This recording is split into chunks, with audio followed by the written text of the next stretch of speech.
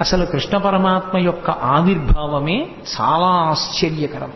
మిగిలిన అవతారాలలో పుట్టిన తరువాత లీలలు ఉంటాయి, కానీ శ్రీకృష్ణ పరమాత్మ అవతారంలో అసలు ఆయన పుట్టడమే ఒక లీల. లీల అన్న మాటని కొంచెం జాగ్రత్తగా అర్థం చేసుకోవాలి. లీల అంటే కర్మ చేయడం వల్ల వచ్చినటువంటి ఫలితాన్ని అనుభవించడం కోసం వచ్చినటువంటి ఒక సంఘటన కాదు.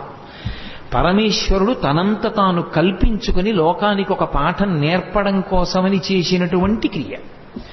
అంటే మీకు నేను ఒక ఉదాహరణ చెప్పాలి అంటే, నేను ఇవాళ మీ ముందు ఇలా మెళ్ళో పూలదండ వేసుకుని కూర్చోవడానికి శాస్త్రంలో గతంలో నేను చేసిన కర్మ ఏదో ఫలితంగా ఉంటుంది.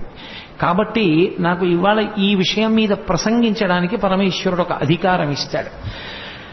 అలా ఇప్పుడు కోటేశ్వరరావు గారు లీల చేశారండి అనకూడదు. లీల ఉండదు. గతంలో చేసుకున్న పాపపుణ్యములను బట్టి నేను